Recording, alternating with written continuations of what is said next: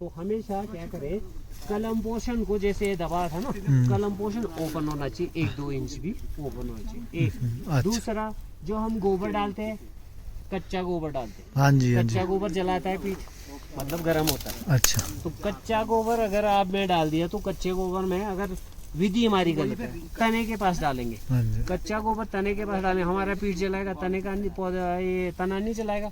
पौधे का सबसे इम्पोर्टेंट इसकी छाल होती है, ये बार्क, चमड़ी। अगर वहाँ गोबर, क्योंकि विधि गलत है, डंप करके रखते, तो वहाँ पे बहुत प्रकार की गैसेस बनती है। एक गैस है अमोनिया, है ना, मीथेन भी बनता है, सल्फर डाइऑक्साइड भी होता है। तो जो अमोनिया होगा वो हमारा पीठ जलाएगा, तो पौधे के लिए भी तना जलाएगा। अगर तने को जलाया इसने तो संक्रमण हुआ ही समझो, ठीक है।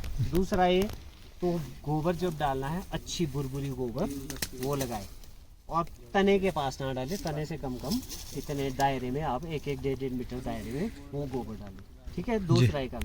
तीसरा क्या कर सकते हैं, कच्चा गोबर होगा तो उसमें जो रूट बोरर होगा, जुलाई अगस्त में देखा होना, जहाँ लाइट जला होता ना, वहाँ पे वो क्या करेगा, टक्कर के नीचे गिरा होगा, उसके सींग होंगे और लंबा सा ग्रे कलर का कीड़ा होगा।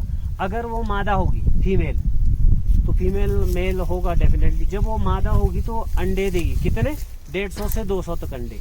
और वो कहाँ देती पता, जनरली जहाँ मिट्टी बुरबुरी है वहाँ भी देती, पर इसको गोबर की बास पसंद है, जाके देगी गोबर में। और हमने क्या किया, गोबर उठा के लगा दिया तने के पास, तो उसमें 150-200 में से भी एक भी सुंडी निकलती है।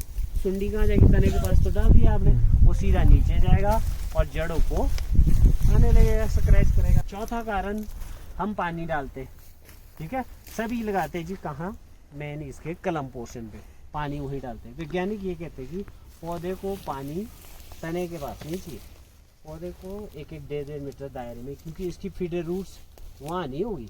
फीडर रूट जो खाद पानी वाली, वो तो दायरे में साइड में रहेगी।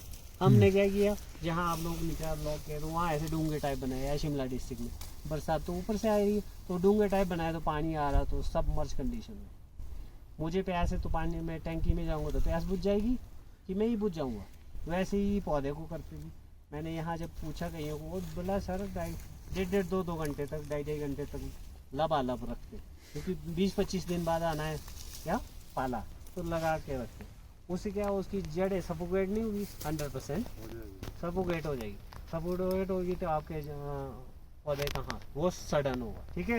तो ये चौथा कारण। 5वां, तने के पास नहीं डालना।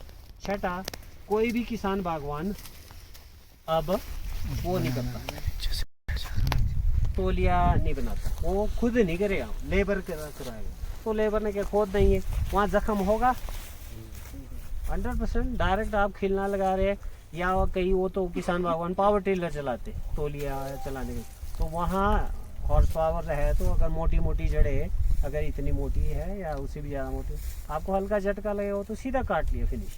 जो जड़ खाने वाली फफूंद है दुनिया की किसी भी मिट्टी में, काली हो, रेतीली हो, ये रहती रहती, ये है मौका परस्त, इसको मौका मिलना चाहिए।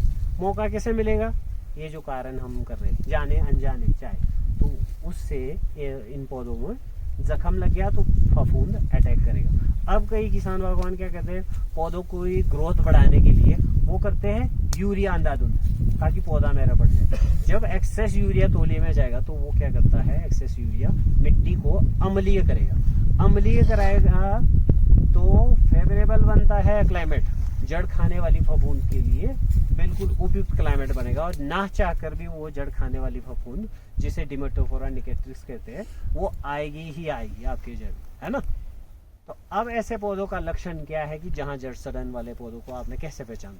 सबसे पहले तो देखना पौधे की ग्रोथ। आप देख पा रहे होंगे इस पेड़ में ग्रोथ ही चेक है, टर्मिनल ग्रोथ जो साल की है वो इतनी है, 2-3 इंच है, कई जगह 6 इंच है, उससे ऊपर नहीं है। ऐसे पौधों को मार्च अप्रैल या आजकल भी खोद सकते हैं, नहीं तो जून जुलाई में भी खोद सकते हैं। कितना खोदना, पौधे से सिर्फ इतना कर 1-1, 1.5 फीट खोदना है। अब आपने ऐसे पौधों को चेक करना है। पहले तो कैसे चेक करना, ऊपर तो ये देख लिया, उसके बाद नीचे खोद दिया, ज़्यादा नहीं खोदना, बस 1-1, 1.5 मीटर। अब कौन सी जड़ें चेक करनी, जो मोटी जड़ें है ना वो चेक करना है। मोटी जड़ों को कैसे चेक करना, मिट्टी भी काली जड़ भी काला, तो कैसे चेक करना, नुकीला पत्थर लो, स्क्रैच मारो, अगर वो ग्रीन आ रहा है बहुत बढ़िया। ब्राउन आ रहा है तो संक्रमित है, उसको और आप छिलोगे अंदर ब्राउन ही आ रहा है तो फिर वो संक्रमित है ही है। उस पोर्शन को ओपन रहने दो। अब है ना, चारों ओर चेक कर लिया, मोटी पतली जड़ें आएंगी तो पतली जड़ों को आपने ढक के रखना। अब ऐसे पौधे को आपने क्या करना, कभी भी करना है तो इसमें वो नहीं डालना, क्या नाम, पानी ना जाए, ध्यान रखना। अब पानी के लिए क्या करो, एक यहाँ से साइड से चैनल बनाओ खाद पानी के लिए। साइड से ये तो ओपन रखा है आपने, खाद पानी के लिए यहाँ से चैनल बनाओ। मैं प्रैक्टिकल में बताऊंगा आपको, करना है तो ये इसमें पानी गोबर इसमें डाल दिया। इस बीच में आपने क्या डालना है, सिंचाई का डालना है। किसकी, एक तो बेवेस्टिन ब्लाइटॉक्स का भी डाल सकते हैं आप लोग, ठीक है जी, एक पैकेट। नहीं तो बोडो मिक्सचर मिलता है, रेडीमेड बोडो मिक्सचर। आप लोग क्या करो, जब खोदने पे कीड़ा भी दिखता है तो अब बोडो मिक्सचर के साथ जो रेडीमेड है, खुद बनाना है बोडो मिक्सचर, तो 2 किलो चूना 2 किलो नीला थोथा आप डालो, उसको 100 लीटर पानी में घोल दिया। अगर कीड़ा दिख रहा है तो फिर आप डरमेट 400 से 800 ml डबल डोज बना के इन सबको मिला के डालना है। ड्रेंचिंग का मतलब होता है सिंचाई करना। जब्बल नहीं चलाना, जब्बल बोला है यूनिवर्सिटी में वैज्ञानिकों ने भी बोला है। जब्बल क्यों नहीं चलाना, ये अगर 30 साल का पौधा है, ये भी साथ में 30 साल सेम प्लांटेशन होगी, है ना, 4 और लगा है, तो क्या हमने सबने क्या किया, पौधे को ऐसे ऊपर ही ले जा रहे, ठीक है, ऐसे ही किया। 30 साल तक अगर प्रूनिंग नहीं किया होता तो क्या जाना था, अगर ये इस शाखा ने इधर जाना था, इंटरमिंगल हो जाना था, ठीक है, तो सब ने ऐसे किया, ऊपर को ले जा, नीचे रूट जड़ों को तो नहीं किया, जड़ों को नहीं किया है तो वो जड़ें 30 साल की, मतलब नीचे सिस्टम ऐसा है। कई किसान कहते हैं डॉक्टर साहब मैं तो ना तोली के आसपास नहीं छेड़ता हूँ, इधर लगाता हूँ जी, बिजाई करता हूँ, उससे क्या होगा। और हाँ, एक और एक कारण, इरिगेशन जहाँ होता है, फ्लड इरिगेशन, एक्सेस पानी आ रहा है, मटर भी डाला चाहिए, 2 काम हो जाएगा हमारा। पानी जब गया यहाँ से पानी दूसरे में जा रहा है तो वो पानी के जरिए भी यहाँ से हटवा कारण वो पानी के दौरान दूसरे में भी चले जाएगा, है ना।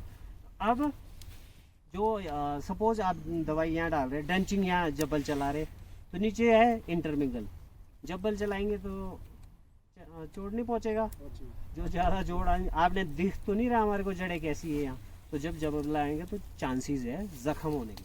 तो सिर्फ इतना खोलने का क्या मतलब है, अगर आपने यहाँ डाल दिया तो इसकी मैक्सिमम 99 केसेस में सीडलिंग प्लांटेशन है, हर जगह सीडलिंग पे प्लांटेशन। सीडलिंग है तो मेन जड़ होगा, इसका 100% है, मेन जड़ होगा। दवाई अगर आपने वहाँ डाल दी तो वो सीधा दवाई परकुलेट नीचे जाएगा और आपका मेन जड़ बचेगा। तो मेन जड़ बचेगा तो आपका सेकेंडरी और टर्शियरी जड़ निकालेगा 100%।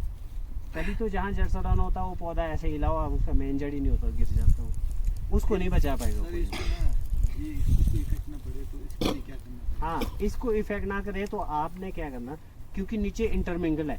कई जगह किसान बोलता है डॉक्टर साहब कि मेरे तो इधर और नीचे पोर्शन में या इस साइड को बीमारी फैल गई, बेशक पानी नहीं जा रहा है, आपने बोला तो पानी रुक गया है, इधर को नहीं जा रहा, पर उसके लिए क्या करें आप लोग, नीचे ब्लॉक वाले तो निकासी का प्रावधान करें, एक्सेस मॉइस्चर ना रहे, है ना। यहाँ से इधर के लिए वो कैसे जाएगा, क्योंकि इंटरमिंगल है, जिस साइड को जड़ सड़ी होगी वो हेल्दी सिस्टम के साथ जाएगा और बीमारी फिर इसमें भी जाएगा। अब इसको रोकथाम के लिए क्या करें, जो बोडो मिक्सचर आप इसमें डाल रहे हैं या बेवेस्टिन और ब्लाइटॉक्स का गोल्ड डाल रहे हैं वो इसमें भी डालें, जो बेशक दिख रहा है हेल्दी है, पर इनके 4 और संक्रमित पौधे के 4 और जो पौधे हैं उसमें भी वो गोल्ड डालें। अब कितना डालना, बड़ा पेड़ है आपका 15-20 लीटर 1 बाल्टी, कब डालना, ये जब आपका पौधा जागता है, ठीक है, इस दौरान मई जून अप्रैल से चलो आप सितंबर तक, हर महीने में आप 20-20 लीटर ऐसे पौधों को डालते रहे। क्यों मैंने बोला, जब पौधा रस लेना स्टार्ट करता है तब क्यों बोला, क्योंकि हमारे यहाँ क्या है, बर्फ़ पड़ी होगी, नमी एक्सेस रहता है, तो जब रस चलना स्टार्ट होगा तो फफूंद भी हमारा एक्टिव हो जाएगा, तो उस दौरान अगर आप डालेंगे तो बीमारी ऑटोमेटिकली चेक हो जाएगी। मॉनसून सीजन में, बरसात में तो और ज़्यादा है, क्योंकि उस दौरान बरसात चलता है तो वो एक्टिव और फैलने के चांसेस ज़्यादा रहते हैं, तो उस दौरान में डालें। तो राइट फ्रॉम आपका अप्रैल ऑनवर्ड सितंबर तक 20-20 लीटर डालना है आपने बोडो मिक्सचर का हर पेड़ में, है ना, इसके चारों, तो बीमारी ये फिर चेक हो जाएगी, है ना। छोटे पौधों को अगर डालना है आपने 5 से 10 लीटर, वो गोल बढ़ा दिया बोडो मिक्सचर का, वो आप डाल सकते हैं, है ना। उसके अलावा अब आपने ये देखो बोर्डो मिक्सचर के साथ पानी की रिक्वायरमेंट भी होगी, साथ में उसमें फफूंदनाशक। अब आप लोग ये नहीं पूछते बोर्डो मिक्सचर में जो चूना होता है ना, नीला थोथा भी होता है, इसका क्या काम है? 3 इफेक्ट होता है इस कारण से। कैसे? बोर्डो मिक्सचर में चूना, एक तो चूना क्या करेगा, अगर मिट्टी आपकी एसिडिक हो गई है और जहाँ जड़ सड़न होगा, जड़ें सड़ गई होगी 101%, वहाँ पे जड़ें सड़ गई होगी जहाँ एसिडिक होगा। मतलब एसिडिक क्लाइमेट में आपको ना चाहकर भी जड़ खाने वाली फफूंद होगी ही होगी। जब चूना डाला तो चूना क्या क्या करता पता? चूना एसिडिक को एल्केलाइन लाएगा, अम्लीय को क्षारीय करेगा। तो क्लाइमेट उसके लिए फेवरेबल था, अनफेवरेबल हो गया, तो जड़ सड़न वाली ऑटोमेटिक चेक हो जाएगा। एक दूसरा, मोटी जड़ों को मैंने बोला ओपन रखा है, जो हेल्दी भी है और संक्रमित भी ओपन रखा है, तपती धूप से बीमारी मेन जड़ के पास अंदर संक्रमण होने नहीं देगा। दूसरा ये।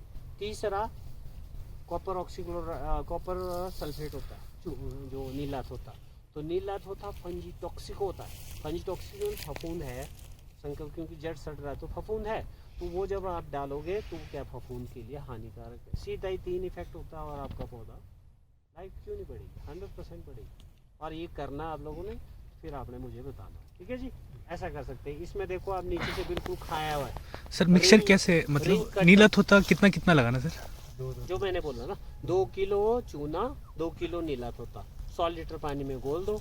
अगर आपको कीड़ा दिखता है तो उसमें आप 400 ml डरमेट मिल जाता है, क्लोरोपाइरिफॉस। अच्छा, मिक्स कर सकते हैं? हाँ हाँ हाँ, मिक्स कर सकते हैं। 400 ml डरमेट 100 लीटर में। 100 लीटर में। अगर आपने 200 में बनाया ना तो